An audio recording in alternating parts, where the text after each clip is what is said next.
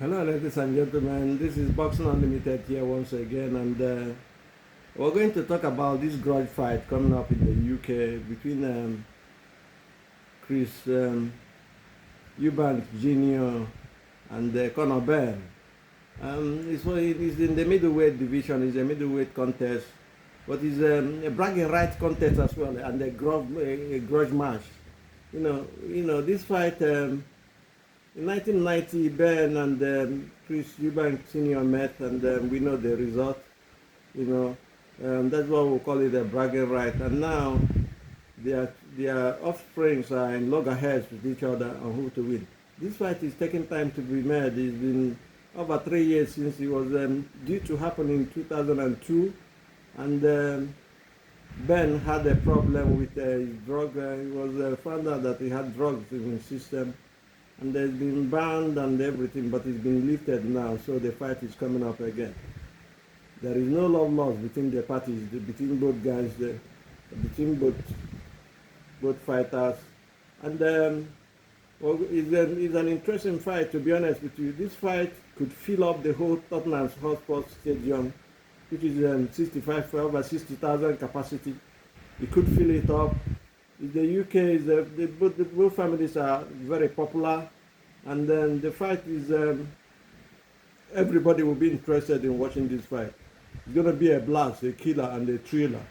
And the question is who is going to win in this fight? Considering, if you look at it very well, considering the experience of Chris Eubank. Eubank is fought through in boxing. He's been there for a long time. Billy Joe Saunders, you remember him. George Groves, remember him. James DeGale, remember him. Liam Smith, Liam Williams. Call it, he's got experience all over the place. But he's 36 now, going to 32 by September probably, or so. So we do not know if, according to his father said he's going to lose this fight because he's shedding too much weight. He was fighting at 168. But now he's coming down to 160, and he's gonna make him weak, make his leg not too strong. We saw what happened against him with Liam Smith the other day. The knockout, when he was caught early, anything could happen in this fight, And Ben, on the other hand, is on the same page. He's coming out from, he's a welterweight. He's 147, and he's gonna move up to 160. People have said he's gonna be stronger because he's moving up. Then Eubank is going to be, slower and fragile for coming down because he's shedding weight. Whether that is going to happen, I do not know. But for all intents and purposes, I have to be honest with you, Chris Eubank is come with a statement that if he loses this fight against Conor Benn, he will retire. Conor Benn is still a young man. He's got time on his hand. But the question that is being asked is about his failing drug tests.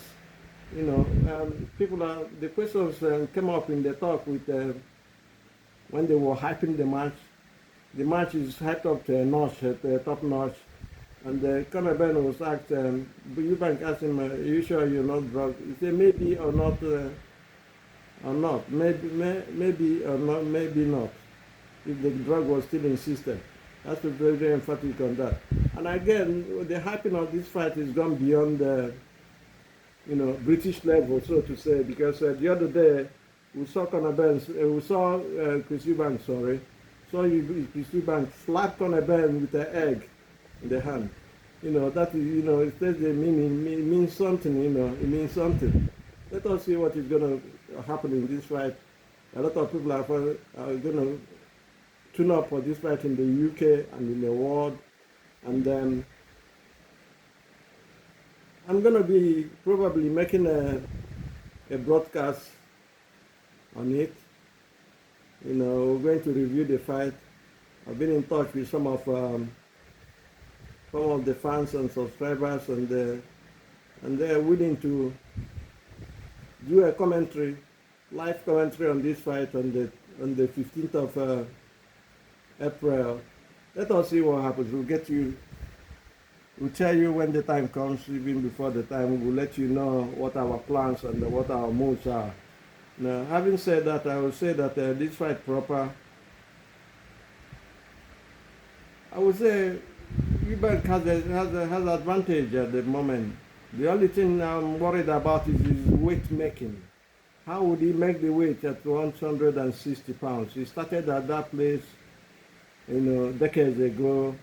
We saw his fight with Saunders in 2014, you know, for the Commonwealth and the British middleweight championship of the world. And Saunders is gone out to become a second title holder, but Chris Eubank is not, even though he's won the IBO title, which is not really, seriously regarded as a title these days.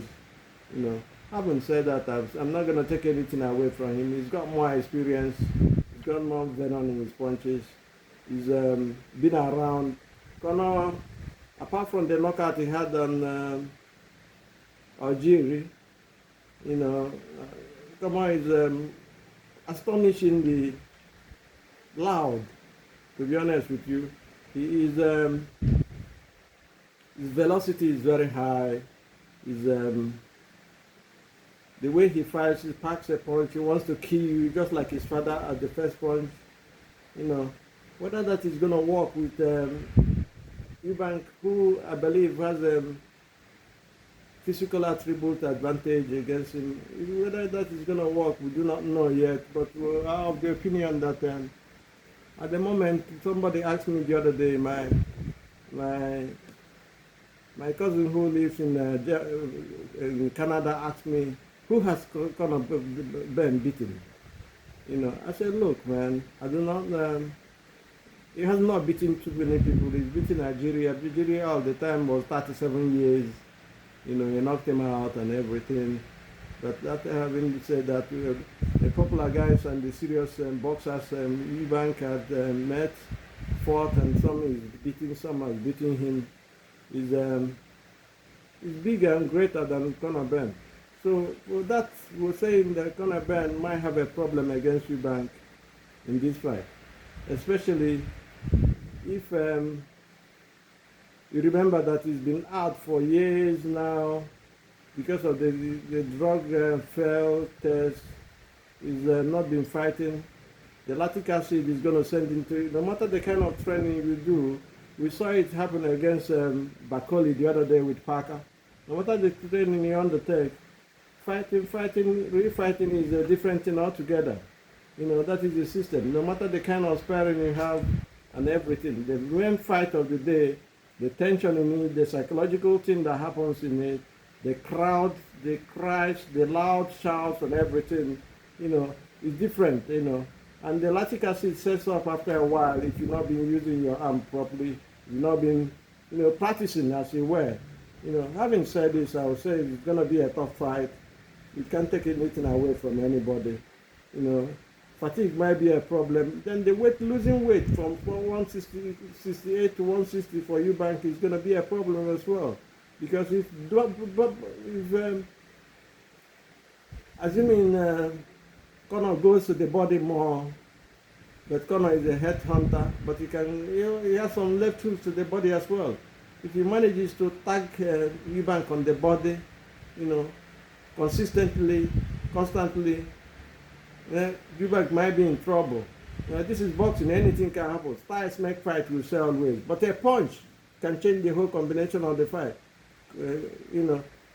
Conor Benn can throw those punches because he throws hard punches and he throws it to kill. He throws it to knock your head off. If he comes from that angle and Eubank hasn't gotten the defense, he's in trouble, to be honest with you.